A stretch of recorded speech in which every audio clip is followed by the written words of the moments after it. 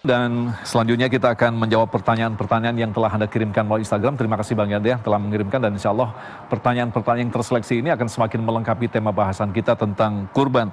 Pertanyaan pertama kepada Ustadz Azhari dengan penjelasan yang menarik sekali tadi ketika Nabi Ibrahim diperintahkan untuk menghancurkan berhala-berhala, ternyata ada satu yang akan diuji oleh Allah, anak yang tercinta. Ini artinya menyimpulkan bahwa ada satu berhala yang harus dihancurkan. Nah ini apakah juga terjadi pada masa Rasulullah ketika Rasulullah memiliki dua anak yang lucu-lucu pada saat itu, akhirnya dipanggil oleh Allah pada usia yang sangat muda, putra-putranya.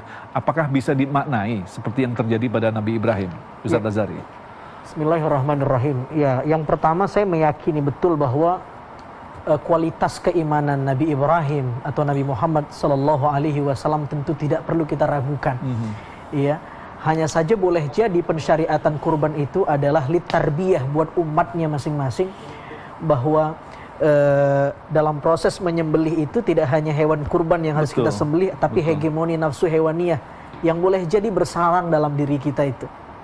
Nah, anaknya Nabi SAW ternyata juga diwafatkan dalam usia yang masih muda.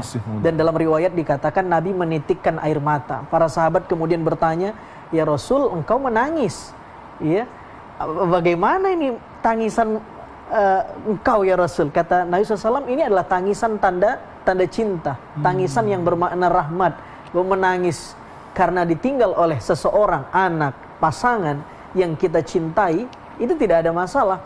Yang tidak boleh adalah menafikan takdir Allah, ya, mengecam takdir Allah, atau tidak menerima ketetapan yang Allah berikan. Di situ menunjukkan betapapun bahwa Nabi menangis, tetap bahwa Nabi menerima takdirnya Allah Subhanahu wa taala, dan tentu pasti kita meyakini bahwa Nabi adalah manusia yang tidak mungkin, pasti itu Nabi mencintai Allah dibandingkan apapun. Seperti ayat yang kita bacakan tadi, wa minan nasi may yattakhidhu min dunillahi andada yuhibbunahum kahubbillah. Al-Qur'an menyindir ada banyak manusia yang mencintai sesuatu melebihi cintanya kepada Allah.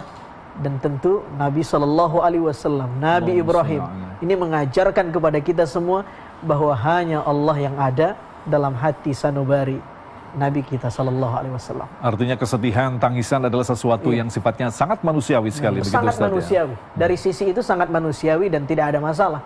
Justru kalau Nabi tidak nangis waktu itu jadi pertanyaan. Di mana sisi emosionalitas Nabi? Kok tidak ada rasa sayangnya kepada anak? Nah ini, jadi Nabi menunjukkan sisi manusiawinya, tapi bisa menjelaskan di saat yang sama bahwa Nabi menerima takdir Allah Subhanahu wa taala. Baik, Ustadz Zaitun Rasmin, berkaitan dengan penjelasan yang tadi berkaitan fikih-fikih tentang kurban, ada pertanyaan menarik ini. Kurban di era digital, kita membeli kambing, sapi melalui online, dibagikan di mana kita tidak tahu, tapi kita meyakini bahwa itu dibagikan di pedalaman-pedalaman. Padahal ada yang mengatakan bahwa kurban harus kita saksikan sendiri. Kalau boleh kita sembelih sendiri. Ustadz, silakan. Ya, terima kasih. Memang yang terbaik itu kalau bisa sendiri, ya kita pilih sendiri, sembelih sendiri. Tapi ajaran Islam ini ajaran yang luar biasa, ajaran yang universal, cocok untuk tempat mana, zaman mana, dan keadaan apa. Ya, semua keadaan. Jadi ibarat kata anak muda, tidak ada matinya. Ya, nggak ada matinya. Apalagi dari zaman Nabi SAW sudah dipraktekkan bahwa dalam keadaan tertentu penggambaran sesuatu kalau memang mendekati hakikatnya itu bisa diterima. Ya, apalagi kalau di zaman sekarang di mana alat kita semakin canggih. Ya, ketika kita ingin beli hewan kurbannya dengan di zoom, dengan di video call itu tinggal berhadapannya saja yang kurang. Ya, yang lainnya semua semua persis. Nah, termasuk penyembelihannya. Ketika kita tidak mampu memang bisa diwakilkan. Dari zaman Nabi juga begitu. Ya, dari zaman Nabi bisa diwakilkan kepada orang untuk menyembelihnya. Maka kita bisa wakilkan orang menyembelihnya dan kita saksikan dari rumah. Bahkan sekarang ini saya mengatakan melalui video call, melalui Zoom, ada hal-hal yang lebih mudah dibandingkan langsung, seperti belajar mengaji. Belajar mengaji sekarang kalau membetulkan makhraj, itu lebih bagus lewat video call, lewat Zoom, karena bisa lihat langsung. mulutnya guru Iya, iya. itu tanpa harus kita malu, dekat, Betul. bau dan sebagainya. Paket banyak. Iya. Bertalaki online begitu. Iya, bertalaki online. Maka alhamdulillah MUI juga sudah memfatwakan itu ya, jadi supaya menghindari kerumunan, mereka dan keluarga yang berkurban itu tidak usah datang. Ya. Termasuk di RPH-nya tidak usah, dipercayakan ada yang mewakili ya, lalu divideokan bisa, dan kemudian diamanahkan yang bisa menyebarkannya. Karena itu juga kita perlu bagaimana melakukan ta'awun ya, tolong kerjasama. Banyak lembaga-lembaga Islam misalnya yang memang sudah menjadi salah satu spesialisasi mereka. Ya.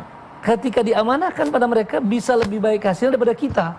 Sebab mereka lebih tahu bagaimana jenis hewan kurban yang berkualitas, Betul. cara penyembelihan yang benar-benar islami, dibagikan kemana juga mereka lebih tahu. Ya.